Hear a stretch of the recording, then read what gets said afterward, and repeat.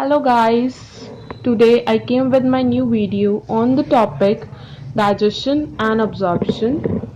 As we know, the food is a basic requirement in all the living organisms.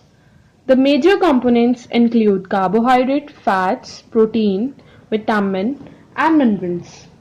These major components are required by our body for giving energy and for some metabolic activities like for example water, but these chemical substances are not required in our body in the same amount.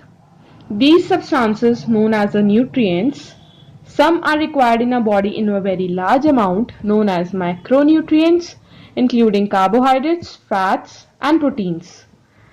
In the same time, some are required in a body in very small amount known as micronutrients, including vitamin, minerals and water. So let me give a brief view of the Holozoic nutrition. First one is the ingestion. Ingestion is a intake of the food. Then digestion, which includes some enzymes in which biomacromolecules or the large molecules are broken down into the small molecule with the help of the enzymes. These digested food is taken up in the body or given to the cells through the blood. That is, taking up of these digested food in the blood is known as absorption. Then there is assimilation, that is taking up of the digested food by the cells, known as assimilation. But we know there is some food which is not digested in our body. That is, it is excreted out in our body through egestion, that is elimination of the food. Human digestive system consists of the alimentary canal, including mouth, buccal cavity, pharynx, esophagus, stomach, intestine including the small and the large intestine, and some glands like gastric glands, liver, pancreas, salivary glands and the intestinal glands. So starting with the digestion process or the ingestion process, the food is taken up through the mouth. Then it is passed into the buccal cavity, which includes the palate, including the hard palate as well as the soft palate. Ulva, which is the posterior part of the soft palate, is hanging in the pharynx. Then it includes the tongue. Tongue is just attached to the buccal cavity or at the floor part by the lingual frenulum, and the upper part of the tongue includes the small projections known as a papilla. Papillas which have some taste buds. Third part of the buccal cavity include teeth. Human teeth are heterodont, diphyodont and thecodont. Heterodonts, which are structurally and functionally different, include incisors, canines, premolars and molars. Incisor is used for cutting and biting of the food. Canine is used for the tearing of the food. Premolars is used for crushing and grinding of the food. And molars is used just for grinding of the food. In the mammals, there are two types of the teeth: permanent teeth and temporary teeth. These type of teeth are known as diphyodont. Permanent teeth include the formula 2, 1, 2, 3. 2 incisors, 1 canines, 2 premolars and 3 molars in the upper half jaw, covering about total 32 permanent teeth. But in the temporary teeth, the formula is 2102.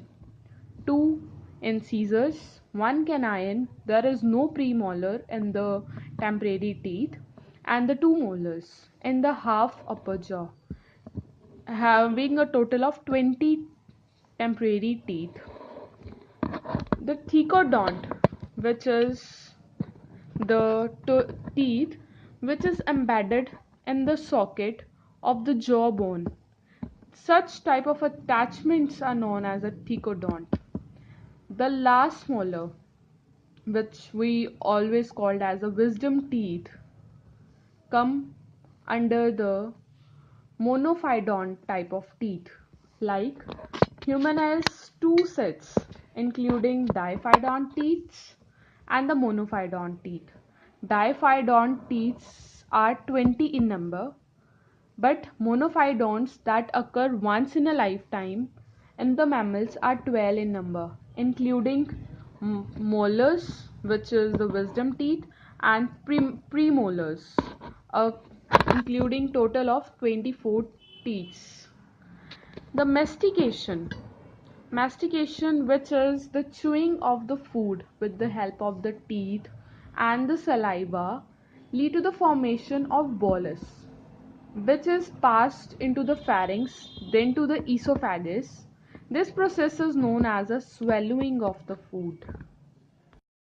Another part is the pharynx or the throat, which is a common passage for both the food and the air. It is divided into three parts. First one is the nasopharynx, which lie behind the nasal chambers, which is only a passage for the air. It bears the eustachian tube connected to the middle ear. Another one is the oropharynx, which is a common passage for both the food and the air. Third one is a laryngopharynx, which is the lower part of the pharynx that leads to the larynx. Then these pharynx is an opening for the esophagus and trachea. Trachea is a windpipe and esophagus is a long food pipe. It has a covering known as tunica adventitia. It includes some circular muscles that lead to the contraction of the esophagus and allow the bolus to pass into the stomach by the process known as peristalsis. But there is a sphincter muscle known as a gastroesophageal sphincter, which is the opening present in the stomach. Then there are some lymphatic tissues which are present in the pharynx as well as the oral cavity known as the tonsils. Their inflammation is known as the tonsillitis. Thank you guys. Please do like and share my video.